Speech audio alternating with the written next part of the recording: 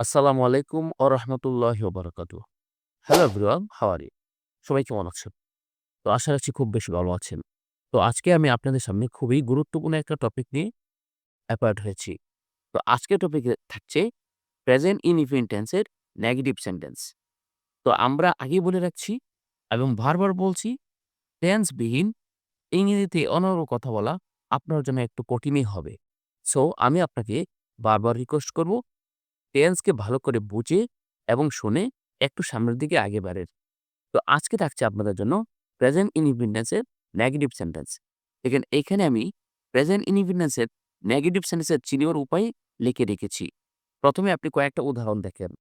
এইখানে নাম্বার 1 উদাহরণে আছে, আমরা নিয়মিত ব্যায়াম করি না। সে প্রতিদিন কলেজে যায় না। রহিম সাহেব চা পান করে না। দেখেন এই যে উদাহরণগুলি আমি এখানে আপনাদেরকে দিয়েছি বা বলেছি, প্রতিটি এক্সাম্পলের শেষে কিন্তু না আছে। হ্যাঁ, এইখানেও না, এইখানেও না, এইখানেও না। হ্যাঁ, তার মানে বোঝা যাচ্ছে আপনি যখনই নেগেটিভকে বুঝতে যাবেন, নিশ্চয়ই সেটা আপনি বুঝতে হবে যে নেগেটিভ বাক্যের শেষে না থাকিবেই। হ্যাঁ, তাহলে এইটা যে প্রেজেন্ট ইনডিফিনিটস অফ পড়েছি সেটা আমরা কিভাবে বুঝবো? সেটার জন্য আপনাকে বুঝতে হবে না এর আগের অক্ষর দেখতে হবে। আমি আবারও বলছি, না এর আগের অক্ষরটি কি আছে? যেমন এখানে বৈষণ্য আছে, হ্যাঁ, এইখানে অন্তস্থ অ আছে, হ্যাঁ, এইখানে বৈষণ্য আছে। তার মানে বোঝা যাচ্ছে যখন দেখবেন যে এই না এর আগের অক্ষরে চ, ছ, ত, থ, ব, ম থাকিবে না। সেইটাই প্রেজেন্ট ইনডিফিনিট এর নেগেটিভ সেন্টেন্স। আমি আবারও বলছি, যখন দেখবেন না এর আগের অক্ষরে এই ৭ টি অক্ষরের মধ্যে একটিও থাকবে না, সেইটাই প্রেজেন্ট ইনডিফিনিট টেন্সের নেগেটিভ সেন্টেন্স। তো আপনারা ১ম এ এখানে একটা স্ট্রাকচার দেখেন। অর্থাৎ প্রেজেন্ট ইনডিফিনিট টেন্সকে আপনি কিভাবে ইংলিশে ট্রান্সলেট করবেন, সেটার জন্য স্ট্রাকচারটা হলো এই। ১ম এ আপনাকে সাবজেক্ট দিতে হবে, দেন আপনাকে do not oblique does not নিতে হবে। অতঃপর আপনার কাজ হলো ভার্ব অর নিতে হবে কিন্তু। মানে প্রেজেন্ট ফর্ম বা প্রিন্সিপাল ভার্ব আমরা বলতে পারি।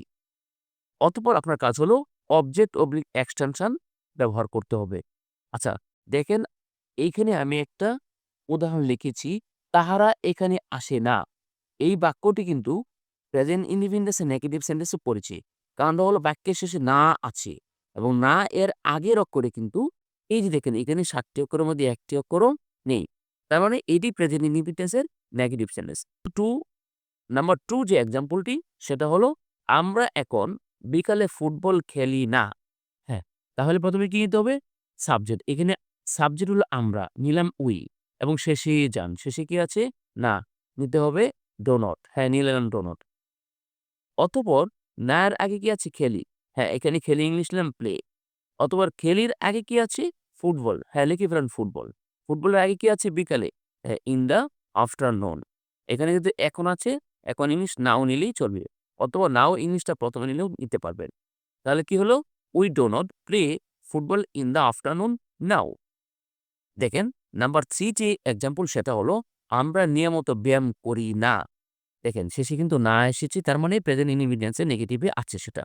আচ্ছা, ১ম এ কি নিতে হবে? সাবজেক্ট। এখানে আমরা ইংলিশ, এইখানে সাবজেক্ট কি? আমরা। নিয়ে নিলাম উই। অতঃপর শেষে যান। শেষে কি আছে? না। নিতে হবে ডো নট। নিয়ে নিলাম ডো নট। হুম? অতঃপর কি নিতে হবে? ব্যায়াম করি। ব্যায়াম করি ইংলিশ কি? এক্সারসাইজ। হ্যাঁ, নিয়ে নিলাম এক্সারসাইজ। অতঃপর ব্যায়ামের আগে কি আছে? নিয়মিত। হ্যাঁ, লিখলাম রেগুলারলি। তার মানে সব মিলে দাঁড়ালো we don't exercise regularly. Number 4 যে এক্সাম্পলটি এখানে আছে সেটা হলো, সে প্রতিদিন কলেজে যায় না। এই সেন্টেন্সটি প্রেজেন্ট ইনডিফিনিট এর নেগেটিভে আছে। আচ্ছা, এই সেন্টেন্সটা আমরা ট্রান্সলেট করি। এইখানে ১ম এ নিতে হবে সাবজেক্ট। সাবজেক্ট কি আছে এখানে? সে। সে ইংলিশ হলো হি। অথবা শেষেই যেতে হবে। শেষে কি আছে? না আছে। না ইংলিশ নিলাম এখানে ডাজ নট। দেখেন এইখানে কিন্তু আমি ডাজ নট নিয়েছি।